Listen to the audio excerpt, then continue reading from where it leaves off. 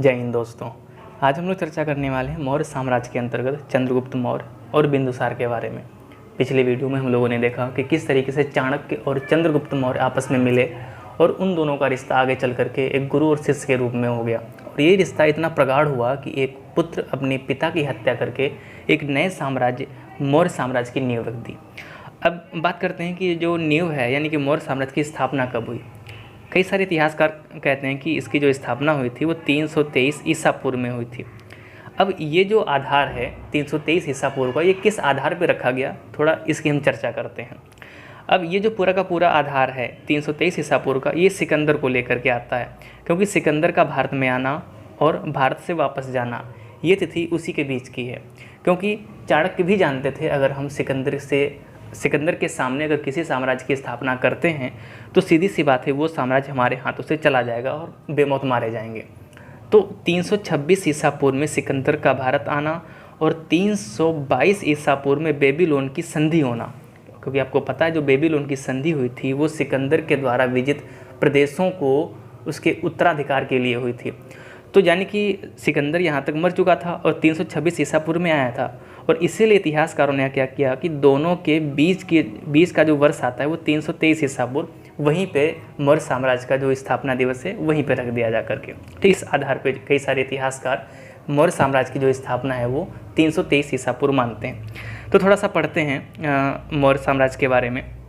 जो चंद्रगुप्त मौर्य हैं इनका जो शासनकाल रहा 323 से 298 ईसा पूर्व तक, और 298 के बाद में इनका पुत्र बिंदुसार आता है, उसके बारे में भी हम लोग आगे पढ़ने वाले हैं। 25 वर्ष की आयु में अपने गुरु विष्णुगुप्त कौन था, मैंने आपको बताया था पिछले वीडियो में, चाणक्य और कौटिल्य विष्णुगुप्त एक ही इंसान था। कब कब इनके नाम पड़े ये भी हम लोग डिस्कस कर चुके हैं। विष्णुगुप्त की सहायता से नंद वंश के अंतिम शासक घनानंद की हत्या करके मौर्य साम्राज्य की स्थापना की। इनके जीवन के बारे में जैसा कि मैंने आपको पहले ही बताया था कोई निश्चित साक्ष्य नहीं मिलते हैं। इसके बाद में 305 ईसा पूर्व की बात करें तो यूनान के एक शासक हुआ करते थे सेल्यूकस निकेटर, तो उन्हीं के साथ में इनका युद्ध हुआ और उस युद्ध में चंद्रगुप्त मौर्य की विजय हुई। विजय के दौरान क्या हुआ, सेल्यूकस ने अपनी पुत्री हेलेना का विवाह चंद्रगुप्त मौर्य के साथ कर दिया, और उस विवाह में 4 राज्य और लगभग 500 हाथी दहेज के रूप में चंद्रगुप्त मौर्य को मिले। और 4 राज्य कौन कौन से, काबुल, हेरात, कंधार और मकरात। कई सारे एग्जाम में पूछे भी जा चुके हैं कि सेल्यूकस के युद्ध के दौरान उसके बाद में जब शादी हुई उनकी, तो शादी में दहेज के रूप में चंद्रगुप्त मौर्य को कौन कौन से राज्य मिले थे या नहीं मिले थे, कुछ भी आपसे में पूछ सकता है। साथ में 500 हाथी भी इनको दिए गए थे दहेज के रूप में, जो प्रथा शायद दहेज प्रथा जो है वो अभी भी चली आ रही भारत में। आगे क्या हुआ, चंद्रगुप्त के दरबार में एक मेगस्थनीज नाम का एक दरबारी था, दरबारी नहीं एक तरीके से बाहर से घूमने के लिए यहाँ पे आए थे। तो मौर्य प्रशासन पर इन्होंने एक पुस्तक लिखी, उसका नाम था इंडिका। ठीक है, कई बार पूछी गई। तो इंडिका पुस्तक के लेखक कौन है, मेगस्थनीज। और मेगस्थनीज किसके दरबार में रहते थे, चंद्रगुप्त मौर्य के दरबार में। ठीक है, अगर हम इनके अंतिम समय की बात करें तो अंतिम समय में इन्होंने जैन धर्म को अपना लिया था। ठीक, कई बार क्वेश्चन आया है कि कौन सा मौर्य शासक अपने जीवन के अंतिम क्षणों में जैन धर्म को अपनाया। ठीक है, वो कौन हो जाएगा आपका आंसर, चंद्रगुप्त मौर्य। और ये जो जैन धर्म अपनाया था वो भद्रबाहु से इन्होंने दीक्षा ली थी। ठीक है, लेकिन बाद में क्या हुआ, जैसे ही इन्होंने दीक्षा ली तो इनका हृदय परिवर्तन हो गया। कर्नाटक के श्रवणबेलगोला एक जगह का नाम है, पहाड़ियाँ भी हैं। ठीक है, वहाँ पर जा करके क्या हुआ, इन्होंने संलेखना पद्धति से अपने प्राण त्याग दिए। अब संलेखना पद्धति होती क्या है, ये जैन धर्म में प्रचलित है। इसमें क्या होता है, कोई भी जो जैन भिक्षु होता है वो भूखे प्यासे यानी बिना अन्न और जल के कुछ भी नहीं खाएगा और ना ही कुछ पिएगा, भूखे रह करके अपने प्राण त्याग देता है। तो इसी को संलेखना पद्धति बोलते हैं, और इसी पद्धति से चंद्रगुप्त मौर्य ने अपने प्राण त्याग दिए थे। आगे बात करते हैं बिंदुसार के बारे में। तो बिंदुसार का जो शासन काल का जो समय है 298 ईसा पूर्व से 272 ईसा पूर्व तक, और इसके बाद 272 ईसा पूर्व से अशोक महान का शासन स्टार्ट होता है, जिसको हम लोग आगे पढ़ने वाले हैं। अगर हम बिंदुसार की बात करें तो सबसे पहले इनके नाम के बारे में देखते हैं कि इनका नाम बिंदुसार कैसे पड़ा। ठीक है, अब बिंदु का मतलब होता है, आप जानते हो, पॉइंट, शरीर पे काले काले बिंदु। अब हुआ क्या था, देखो जैसा कि हम लोगों ने डिस्कस भी कर लिया है कि जो चंद्रगुप्त मौर्य थे वो किसके शिष्य थे, चाणक्य के शिष्य थे।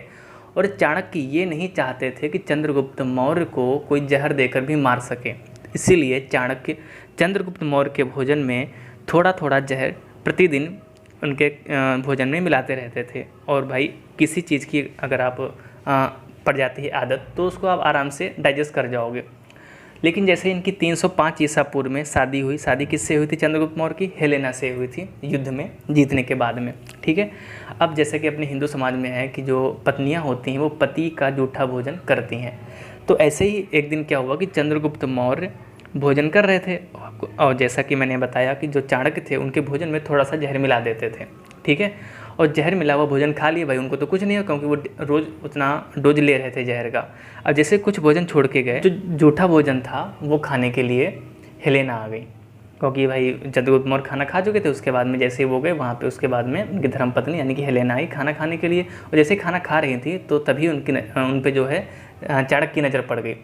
तो उस समय उस जो दौरान था वो गर्भवती थी, तो चाणक्य ने सोचा अगर ये खाना खा लेती है तो एक साथ में 2 जानें जाएंगी, एक तो इसकी जाएगी, दूसरा जो इसके पेट में गर्भ पल रहा है उसकी भी जान चली जाएगी। तो तुरंत क्या किया चाणक्य ने, सर्जरी कर दी, और सर्जरी करने के बाद में जो भी बालक था वो यानी कि जो शिशु था वो बाहर निकाल लिया। लेकिन भाई जब अंदर निवाला चला गया तो कुछ ना कुछ जो मात्रा है जहर की वो पेट के अंदर चली जाएगी। तो कुछ हिस्सा पेट के अंदर जाने के दौरान ये जो जहर का असर था वो शिशु पर पड़ गया, और इसीलिए जहर के कारण ही उनके पूरे शरीर पर काले काले छोटे छोटे धब्बे पड़े हुए थे, और इसीलिए इनका नाम बिंदुसार पड़ गया। ठीक है, तो देखते हैं इनके बारे में। चंद्रगुप्त मौर्य का जो उत्तराधिकारी पुत्र थे, और साथ में इनको अमित्रघात बोला जाता है। अमित्रघात क्यों? क्योंकि अमित्रघात का मतलब होता है दुश्मन को मारने वाला। ठीक है, तो उपनाम भी आप याद रखना कि अमित्रघात किसका उपनाम है, तो किसका उपनाम है? बिंदुसार का उपनाम है। इन्होंने कोई भी नया राज्य अपने साम्राज्य में शामिल नहीं किया। बिंदुसार के शासनकाल में हुए 2 विद्रोह का वर्णन मिलता है, जिसमें एक विद्रोह के लिए सुसीम को भेजा और दूसरे में किसको भेजा? अशोक को भेजा था, लेकिन दोनों ही नाकाम रहे। सुसीम और अशोक भाई भाई थे। ऐसा माना जाता है कि अशोक ने साम्राज्य पाने के लिए अपने 99 भाइयों का कत्ल कर दिया। वो स्टोरी भी हम लोग आगे डिस्कस करेंगे कि रीजन क्या था उसके पीछे।